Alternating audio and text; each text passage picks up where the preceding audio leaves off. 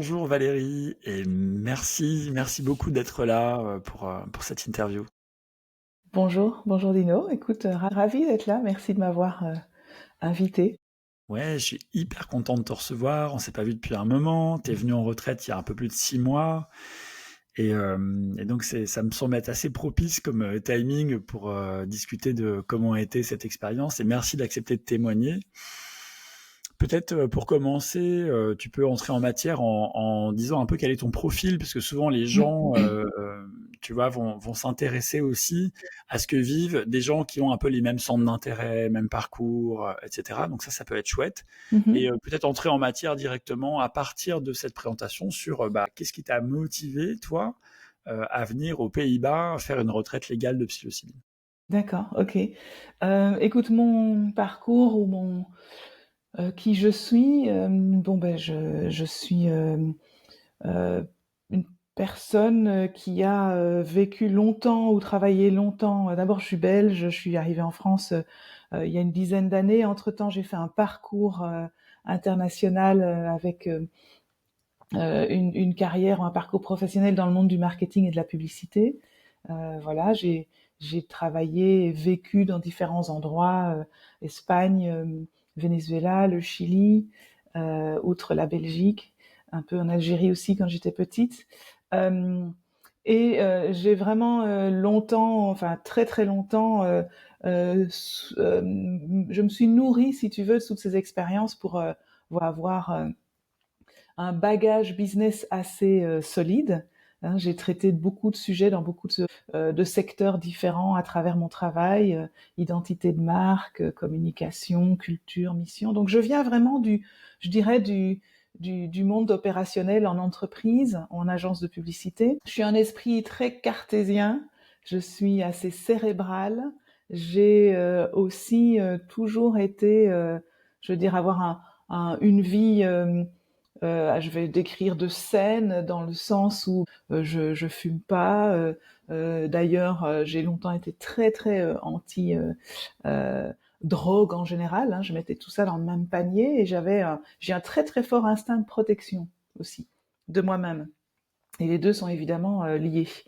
Euh, donc, si tu veux, mon intérêt pour une retraite comme celle que tu proposes, Bah oui, du à coup, Eindhoven, c'était pas du tout sur ma carte, comme on va dire, ouais, hein, en PNL, tu vois. C'était pas du tout sur. J'aurais pas misé dessus. Il y a ne fût-ce qu'il y a 10 ans. ouais, je comprends. Voilà. Donc d'où c'est venu? Alors j'ai toujours été intéressée par tout ce qui tourne autour de la notion de conscience, hein, consciousness, d'une part, et aussi la notion de physique quantique, alors que je suis pas du tout un esprit scientifique. À l'école, à la fac, non, c'était pas du tout une scientifique, plutôt une littéraire, mais tout ce qui tourne autour de la physique quantique avec tous ces phénomènes très étranges qu'on a commencé à comprendre à l'échelle infinitésimale, m'ont fait penser que peut-être ça avait à voir avec les phénomènes de conscience humaine qu'on n'arrive toujours pas à définir. Donc, tu vois, un intérêt pour ces sujets-là. Et puis, voilà, j'ai commencé donc de fil en aiguille à lire sur ce qui se passe, ce que les gens vivent quand ils ont des expériences psychédéliques, parce que j'étais intéressée par tout ce qui un peu touche à l'invisible ou à un aspect de la réalité qu'on ne soupçonne pas, qu'on ne voit pas, qui n'est pas matérialisé dans nos vies quotidiennes. C'est intéressant pour une personne ancrée dans le cartésianisme de s'intéresser comme ça à la conscience et à ce qui Mm. est dans l'invisible. Mm. Ouais, oui, tout à fait. Donc ça m'a toujours, enfin, toujours, ça m'a longtemps, depuis très longtemps, interrogé, interpellé. Euh, et donc, voilà, je me suis petit à petit vraiment ouvert à ce qui est de l'ordre de l'invisible, mais j'étais toujours très, euh, comment dirais-je, euh, inquiète où je faisais pas confiance à faire des expériences en style récréatif, tu vois. Donc mon instinct de protection était toujours très très fort et d'ailleurs j'en ai fait très très très peu et ça ne m'allait pas. Donc moi je suis restée très distante de ce qu'on appelle de façon généraliste les drogues. Ça n'a jamais fait partie de ma vie quotidienne. J'ai été même, voilà, très, je vais presque dire, anti dans la façon dont j'ai élevé mes deux fils d'ailleurs.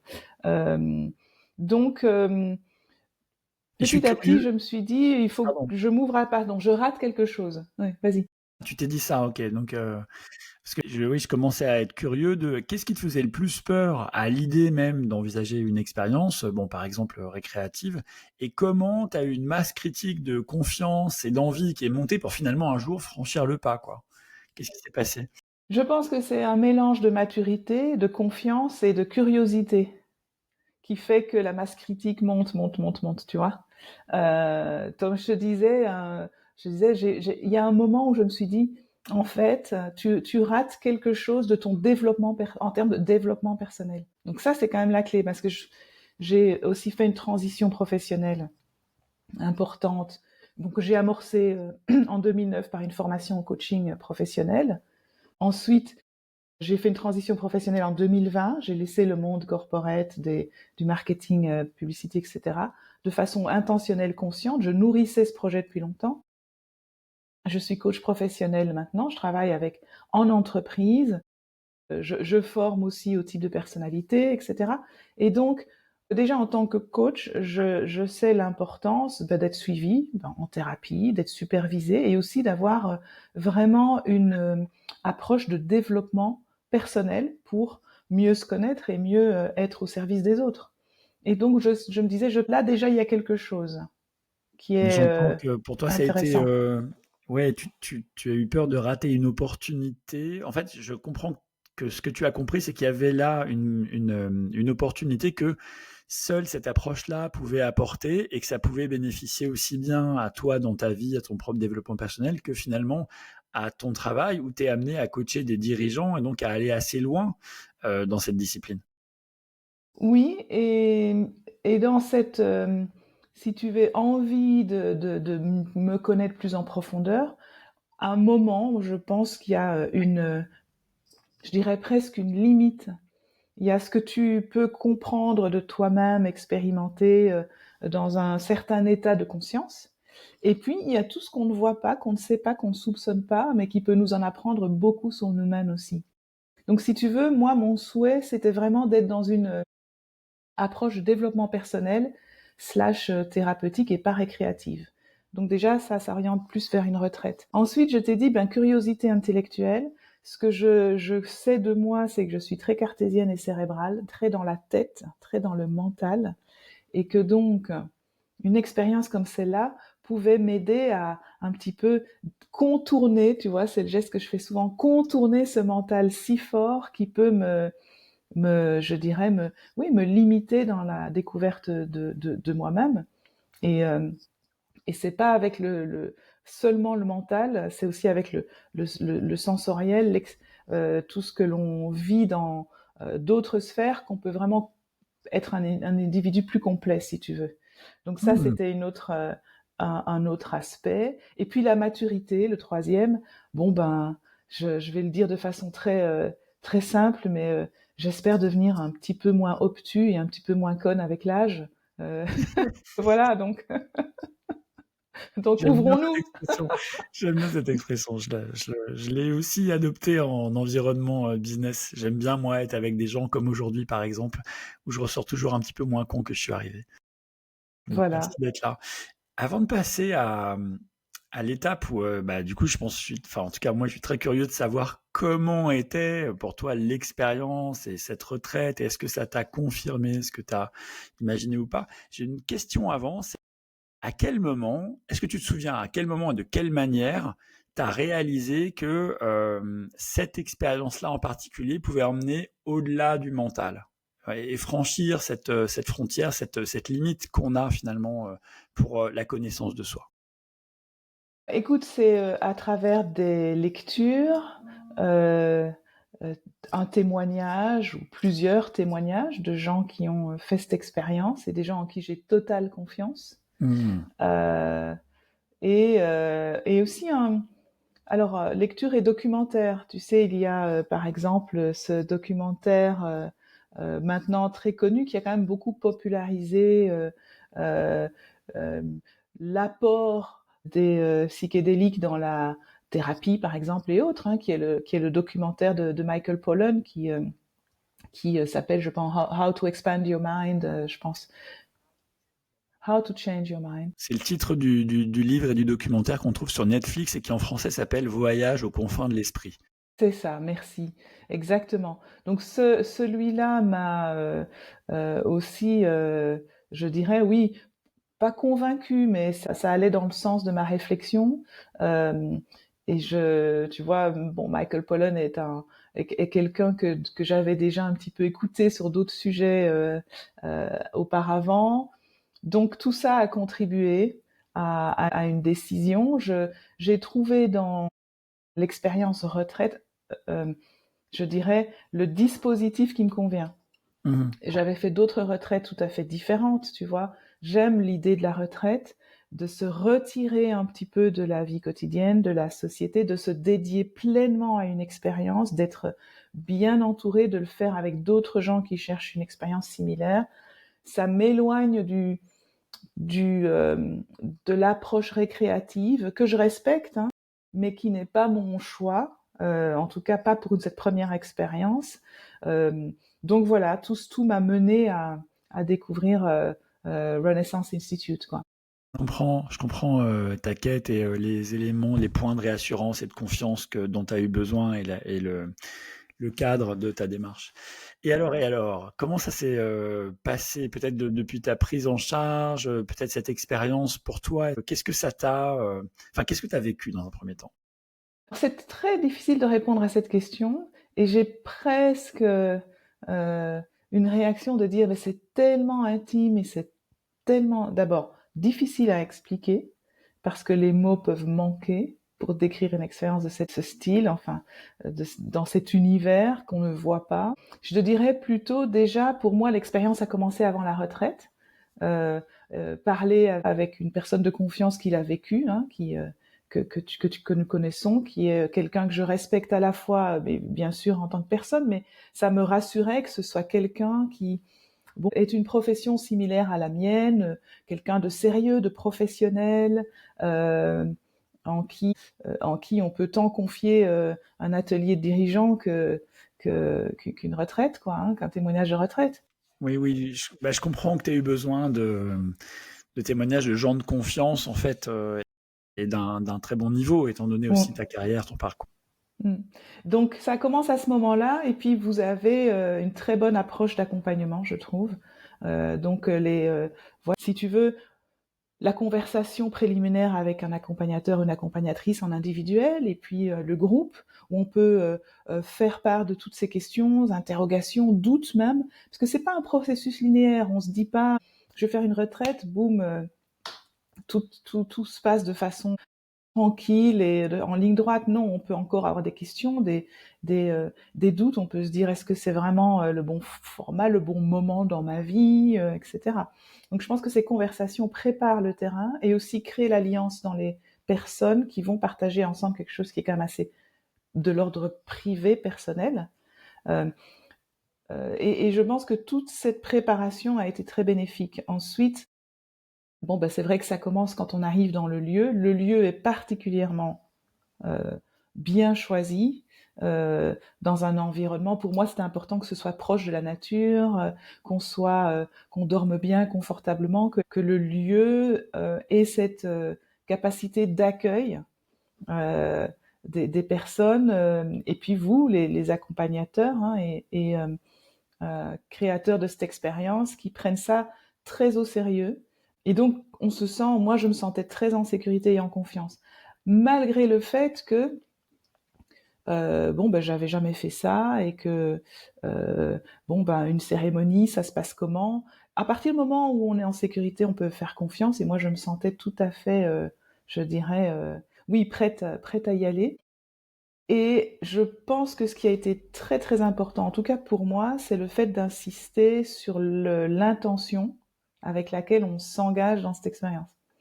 Quelle intention? Alors moi, c'est pas un secret, hein, mon intention était très liée à ce que je viens de dire. C'était vivre une expérience qui me permet de me déconnecter de ce mental si fort et donc d'aller faire une découverte sur moi-même qui contourne ce mental qui est un instinct protecteur et une obsession pour comprendre, décortiquer, etc. Donc, si je peux mettre ça de côté, donc ce grand pas de côté que permet la psilocybine, m'aider à ça. Donc mon intention était claire, était posée. Et ça me rendrait curieux de savoir, est-ce que tu as été exaucé comme tu l'imaginais, ou peut-être tu as été exaucé comme tu l'imaginais pas? Est-ce que vraiment le mental s'est dissipé pendant tes cérémonies? Je dirais que en fait, même la notion de mental ou de physique était diffuse. Donc oui, mon vœu est exaucé. Alors ça, c'est clair.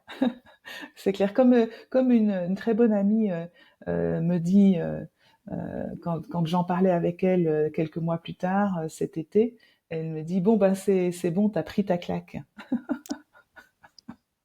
C'est drôle, c'est vrai, mais il y a quelque chose de vrai là-dedans. C'est-à-dire qu'on peut s'attendre à toutes sortes de choses, ce ne sera jamais en ligne avec ce à quoi on s'attend. Moi, ce que j'ai vécu, oui, était à exaucer mon vœu. J'ai compris des choses sur moi-même que évidemment je vais pas révéler, mais qui sont importants pour éclairer voilà des sujets personnels, des réactions que je peux avoir face à dans certaines situations. C'était un vrai voyage dans le sens où le mental n'est plus aux manettes du tout et, euh, et c'est un autre monde qui s'ouvre, quoi. C'est les portes vers un autre type d'expérience, pour moi très visuelle et très auditive, très émotionnelle, très intense, très belle, pas du tout effrayante, ou en tout cas pour ce voyage-ci, pas effrayante, euh, pas ce qu'on pourrait appeler communément un bad trip. Ben non. Au contraire, c'est une vraie, je pense, découverte d'un autre aspect de la réalité. Et dans mes notes, c'est quelque chose que je me suis noté. On avait donc ce petit carnet, hein, si par moment on avait envie de prendre note de quelque chose, si on réussissait à prendre note et à couper le flot voilà, le flot de sensations, de visuels, etc.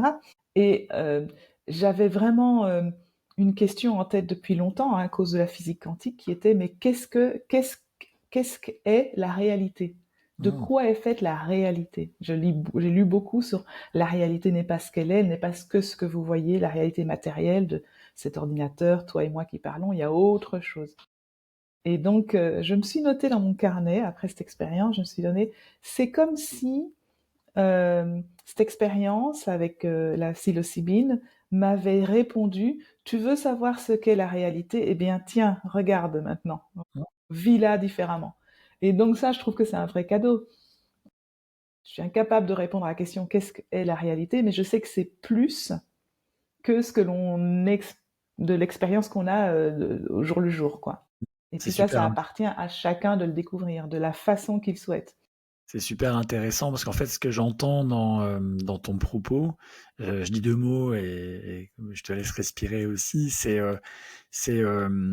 que, en fait, cette nature de la réalité, finalement, c'est aussi quelque chose de subjectif, de personnel et qu'on peut pas emboîter dans des mots, hein. C'est un sujet, par exemple, qui a été, enfin, on a énormément écrit sur la nature de la réalité et au fond, on est tous des chercheurs de cette vérité-là, mais qu'est-ce qu'on fout là?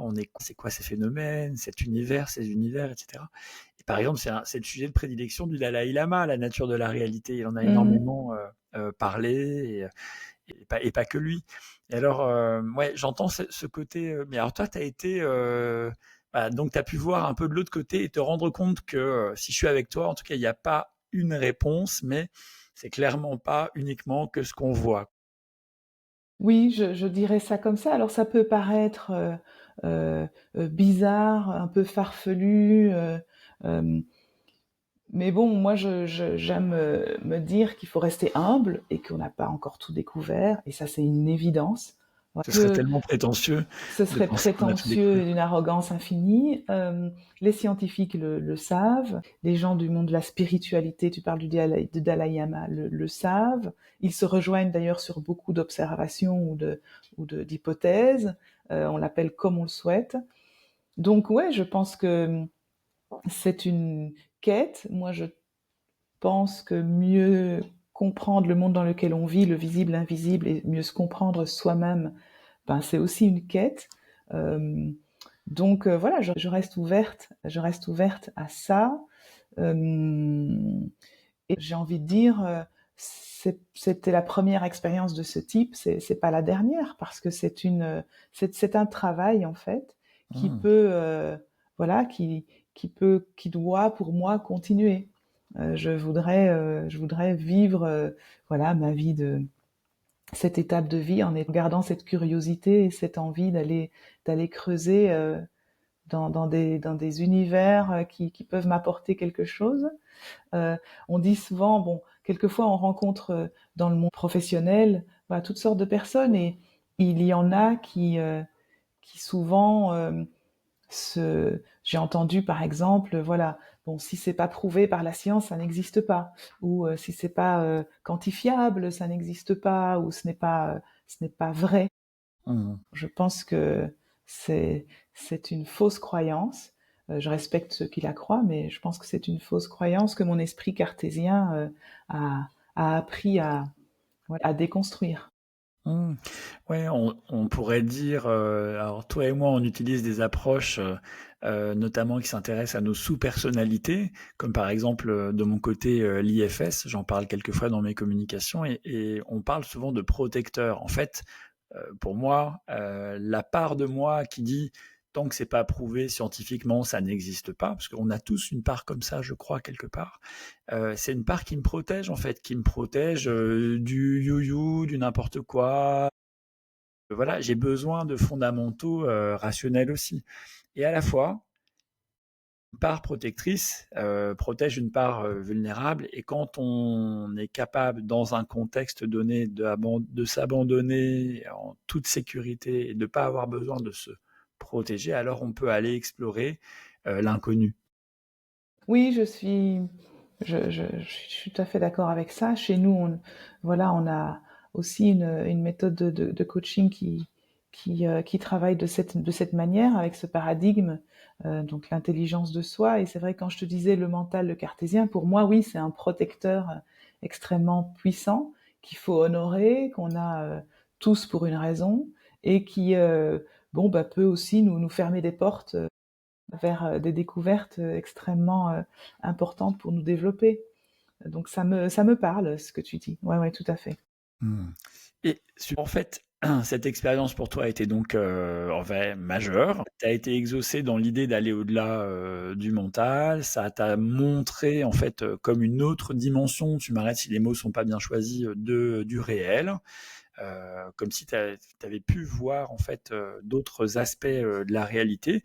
Et tu dis maintenant que tu veux poursuivre sur ce chemin. Alors moi, la question que j'ai, c'est comment est-ce que cette découverte, comment cette expérience s'est intégrée ensuite dans ton quotidien? Est-ce que tu as dû le faire de façon active? Est-ce que c'est quelque chose qui s'est intégré en fait de soi-même, tu vois, sans effort, naturellement, tu vois, est-ce que tu as toujours le mental qui revient aux commandes? Est-ce que finalement il s'est estompé? Comment ça s'est passé pour toi les 6 mois qu'on suivit? Je suis vraiment hyper curieux de savoir ça. Écoute, j'ai envie en même temps de dire, il n'y a pas grand-chose qui a changé dans la vie quotidienne, le travail, ma pratique de coaching, etc. Et en même temps, j'ai envie de dire, je crois que ça a quelque part quand même euh, libéré euh, une, voilà, pas des croyances, mais ça m'a ouvert ou confirmé, plutôt confirmé, et ça c'est assez agréable, pas libérateur, mais oui, c'est positif, c'est appréciable, ça a confirmé des ressentis ou ou des états, comment dirais-je, émotionnels. Ça m'a donné une explication, quoi, ça, ou confirmé quelque chose que je pouvais difficilement verbaliser. Tout ça, ce que je dis est assez vague, mais difficile d'en dire plus. Ça m'a en tout cas rassuré sur le fait qu'on peut faire ces expériences en toute sécurité, et donc je suis ouverte à en faire d'autres. Et d'ailleurs, j'en ai fait une autre cet été, dans un autre cadre, mais tout aussi, je dirais, au calme, avec des personnes de confiance très proches de la nature, ce qui pour moi est très important. C'est une façon pour moi de connecter avec la nature aussi de façon Oui. différente. Donc je vais ne faire que ces expériences proches de la nature, dans une forêt, au moins dans un jardin, et le plus près possible d'une grande forêt, la plus ancienne possible d'ailleurs, Ouais. type forêt primaire. Là où j'étais cet été, c'était propice, donc c'est ce que j'ai fait. Donc ça, voilà, ce n'est pas une nouvelle pratique, ce n'est pas quelque chose que je vais faire tous les 3 mois. Hein, c'est quelque chose qui, je trouve, est presque de l'ordre de l'hygiène de vie, mais Ah à oui. une fréquence qui appartient à chacun, en fait. Ah oui, de l'hygiène de vie. Est-ce que tu veux bien développer pourquoi ou enfin ouais, pourquoi tu penses que ça tient de l'hygiène de vie? Je suis curieux de ça aussi. Dans mon cas, parce que tu l'as évoqué, le mental, tu vois, je veux dire, le pilote automatique, le mental revient très très vite. C'est quelque chose qui m'a construit, qui est moi, c'est comme ça. Donc, me rappeler par moment, faire une expérience qui me rappelle, reconnecte à cet autre aspect essentiel de la réalité qu'on ne voit pas, c'est utile, tout simplement. Est-ce que ça veut dire que si je le fais pas, je n'ai pas cette hygiène de vie et je régresse ou je fais des pas en arrière? Je ne sais pas, mais en tout cas, je trouve que c'est un bon, une pratique qui est de l'ordre de reconnecter à l'essentiel, à un aspect de la réalité. Et puis c'est du développement personnel, donc c'est peut-être voilà à considérer comme tel. Donc une pratique qui va rester positive et qui me permet d'aller explorer, questionner. Si j'ai la bonne intention de développement, d'exploration, de questionnement sur moi-même, je pense que c'est de l'ordre de l'hygiène de vie. Je comprends, ouais. J'ai envie de dire presque, je sais pas, tu vois, il y a des gens qui vont chez l'ostéopathe une fois par an, 2 fois par an. Bon, ben, euh, faire une expérience avec de la psilocybine, peut-être, je sais pas, une fois par an, bah, ça me paraît tout à fait ok. Pour moi, en tout cas, je ne le recommande à personne parce que c'est extrêmement personnel, je Bien pense. sûr. Oui, oui, bien sûr. D'ailleurs, on n'est pas du tout là pour faire l'apologie d'une quelconque substance. Tout ce dont on parle a été fait dans des contextes légaux, sécurisés, accompagnés, dans la nature, etc. Et ça, c'était important pour moi. Dans la partie sécurité, il y avait la partie légale.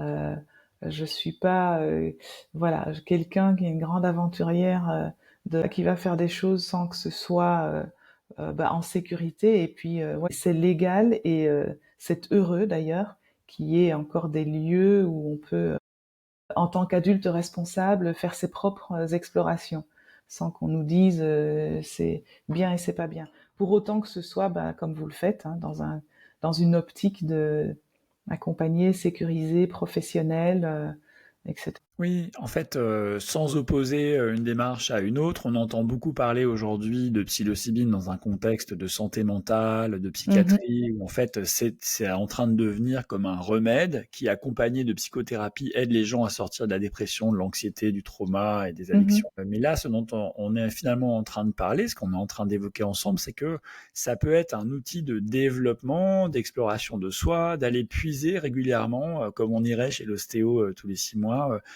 dans une forme de sagesse intérieure qui permet de calmer un petit peu tout le mental, nos protecteurs intérieurs, etc.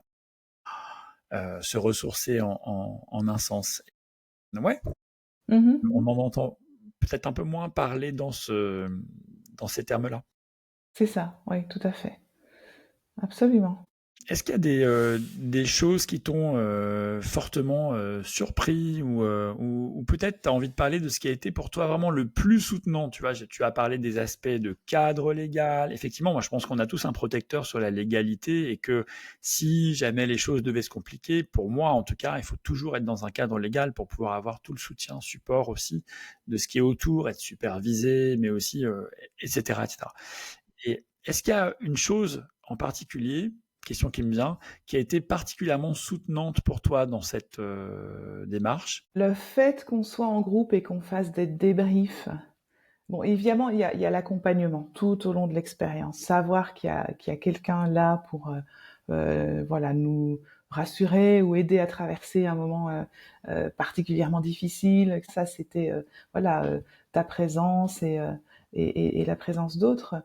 Mais je trouve que l'effet, c'est intéressant parce que c'est une expérience personnelle, individuelle. Donc voilà, on est là chacun sur notre lieu, notre matelas. On a un masque, on a tout pour être confortable, chaud, couette, de quoi lire, de quoi boire, etc. On vit ça avec nous-mêmes, mais on est dans un cadre où dans une retraite, ben, c'est partagé avec, je sais pas, 6, 7, 8 autres personnes. Et donc, il y a des moments de partage. Et je trouve que cette petite communauté qui se crée, cette alliance, cette confiance, elle est particulièrement, euh, je dirais, puissante et utile et agréable parce qu'on partage un moment, on qu'on a vécu avec nous-mêmes, mais le fait que l'on puisse échanger avec d'autres, c'est pas un sujet de comparaison, c'est un sujet de partager et presque de solidarité émotionnelle, parce que c'est quand même quelque chose qui peut être assez transformant, pour Ouais. certains assez peut-être même, je dirais, bouleversant, ça dépend. Donc être là pour les autres, sans être un accompagnateur, et que les autres soient là pour soi aussi, c'est bien. Donc les moments de partage en sortant du voyage, les moments de communauté où on fait à manger ensemble, où on peut se lâcher, où on peut bien se marrer après, Oui. le processus d'intégration, qu'est-ce qu'on garde de tout ça, qu'est-ce qui a été particulièrement saillant, les moments forts, etc. Ça fait partie de l'expérience aussi. Et bien sûr, j'ai beaucoup aimé le fait que ça se passe dans un cadre où on peut aller se balader, on peut aller plonger dans la piscine naturelle. Mmh. Voilà, il y a toute une petite vie autour, dans un cadre super beau et super propice. Ouais, exact. Ouais, je suis d'accord. Je suis content que tu dises ça. Le fait pour moi de créer une petite communauté de Ouais. soutien, comme ça éphémère, hein, pour Mhm. quelques jours, mais dans un cadre assez idyllique, c'est à chaque fois une alchimie et une magie du groupe. Et puis on oublie parfois de mentionner, mais c'est vrai qu'il faut quand même le dire, que le fait de prendre des truffes à psilocybine peut aussi favoriser le rire. Ensemble, il y a des fois quelques fous rires assez marrants au repas et autres, quoi. Et puis et moi j'aime bien aussi, par exemple, dans le phénomène de groupe, qui est en fait, moi comme tu sais, j'ai fait du groupe pendant, je sais pas, peut-être 15 ans, et j'adore accompagner des groupes. Je trouve qu'il y a toujours une magie, une alchimie, et tenir un espace, c'est tout à fait particulier pour moi. C'est un véritable honneur. Et il y a comme ça parfois, dans une cérémonie, quelqu'un qui peut traverser un moment qui est extrêmement profond, dans les ombres, les ténèbres, un moment comme ça très solennel pour cette personne. Et à deux pas, il va y avoir quelqu'un qui éclate de rire, en fait, et qui est dans un rire cosmique, de rire de cette réalité folle, etc. Et c'est aussi quelque chose qui peut être intéressant intérieurement. Et ce contraste entre les deux, systématiquement, les gens, en fait, ont apprécié ça, nos différences, nos similarités, et comment ça peut nourrir nos expériences respectives. Et c'est difficile à décrire, mais c'est vrai que c'est assez chouette. Oui, tout à fait. Tout à fait. J'ai de bons souvenirs de cet aspect-là de la, de la retraite aussi, c'est clair. Merci, je ne veux pas abuser de ton temps. Je sais que voilà, on est samedi matin. Infiniment merci pour avoir pris du temps ce matin. Est-ce qu'il y a autre chose que tu voudrais ajouter, ou peut-être pour conclure avant de fermer? Écoute, non, te remercier. D'abord te remercier pour avoir trouvé ta vocation qui est utile à tellement de gens, hein, de créer ces retraites. Je pense que c'est formidable, c'est courageux. Voilà, faut suivre sa mission. Donc merci à toi et, euh, et peut-être à la revoyure, comme on dit chez nous. Merci Voilà, infiniment c'était pour un ton partage. plaisir. Ouais, à bientôt Valérie. À bientôt, Dino. Au revoir.